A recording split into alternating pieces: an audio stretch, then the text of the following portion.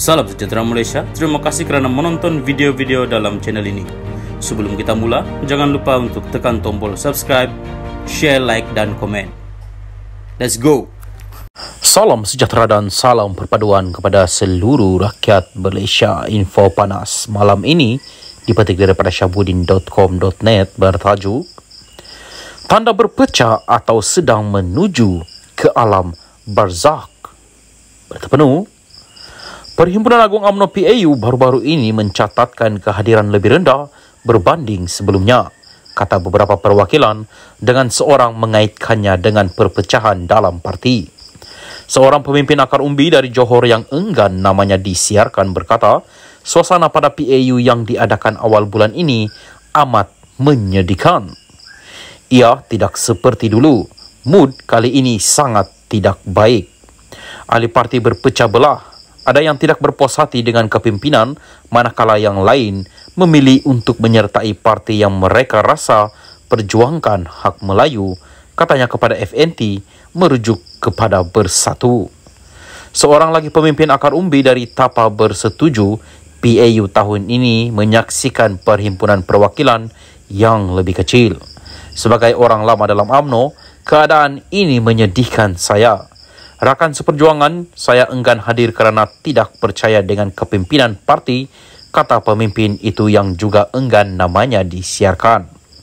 Beliau berkata, ramai hadir pada PAU untuk menunjukkan solidariti kepada bekas Perdana Menteri Najib Razak.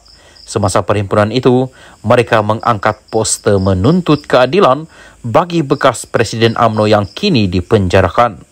Seorang lagi pemimpin akar umbi dari Negeri Sembilan yang juga enggan namanya disiarkan, berkata beliau hanya menghadiri perhimpunan untuk menilai perancangan parti bagi PRN akan datang.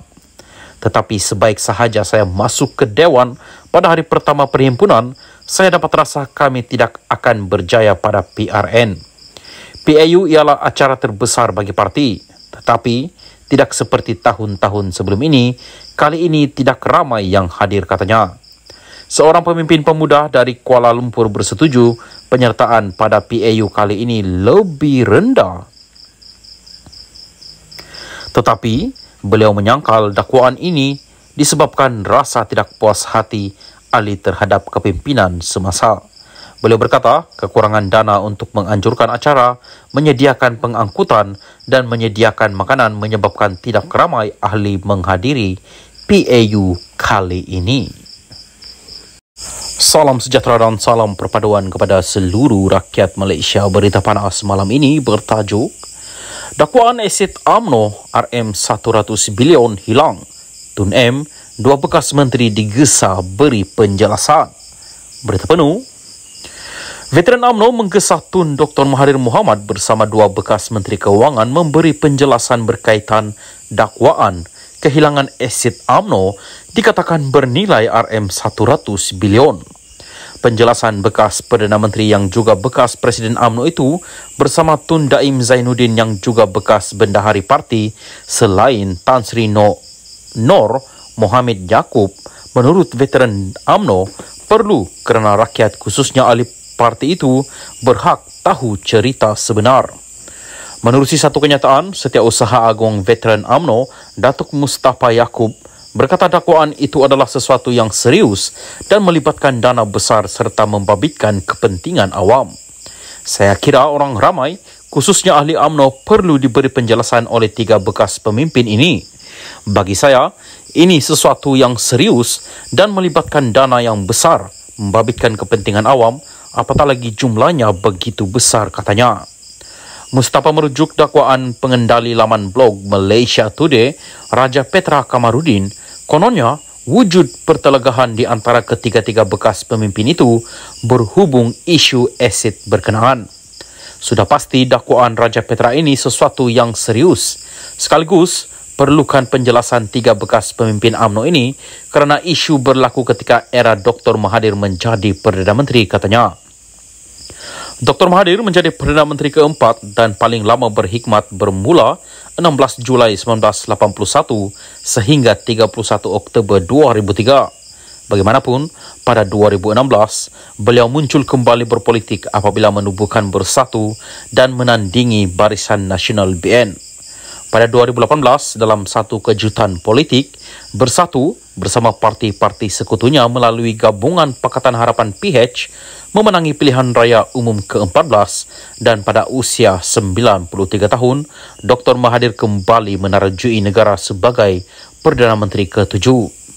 Daim pula menjadi Bendahari Agung UMNO antara 1984 hingga 1999 dan juga Bendahari BN. Beliau dilantik sebagai Menteri Keuangan pada Julai 1984 oleh Dr. Mahathir sebelum melepaskan jawatan itu pada Mac 15, 1991. Pada 1998, Daim kembali sebagai Menteri Tugas-Tugas Khas bagi menangani krisis ekonomi negara yang semakin memuncak. Pada Januari 1999, beliau dilantik semula sebagai Menteri Keuangan selepas penyandang jawatan Datuk Seri Anwar Ibrahim dipecat daripada Kabinet. Beliau kemudian meletak jawatan sebagai Menteri Keuangan pada 31 Mei 2001. Nur Mohammed pernah berkhidmat di Bank Negara Malaysia BNM dari 1968 hingga 1994 sebelum dilantik oleh Dr. Mahathir sebagai anggota jawatan kuasa kecil menangani krisis ekonomi negara pada 1998. Pada Mei 15, 2000, beliau dilantik sebagai penasihat khas ekonomi kepada Perdana Menteri dan 2 tahun kemudian dilantik sebagai pengarah Khazanah Nasional sebelum menjadi senator dan dilantik menjadi Menteri Keuangan 2 dari 2004 hingga 9 April 2009. Nur Mohammed bertanding pilihan raya umum 2008 atas tiket Barisan Nasional BN dan menang di kerusi Parlimen Tasik Glugo.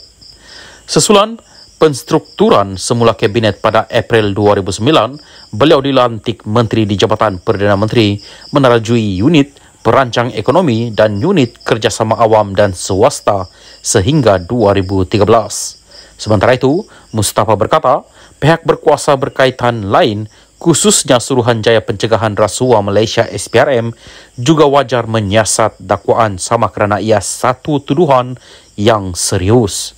Saya kira ada baiknya jika pihak berkuasa menyiasat dakwaan ini. Jika dakwaan benar, ini bukan satu perkara biasa kerana jumlah nilai asid begitu banyak, katanya.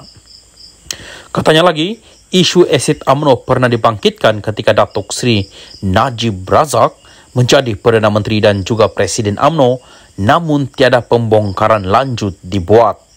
Cerita kehilangan harta UMNO ini telah menjadi rahsia umum sekian lama. Ahli UMNO ternanti-nanti untuk mendapat jawapannya. Semasa Najib menjadi Presiden UMNO dan Perdana Menteri sebelum ini, ada usaha untuk membongkar rahsia di sebalik kehilangan harta UMNO itu. Tetapi Najib tidak bersetuju atas dasar pri kemanusiaan, katanya.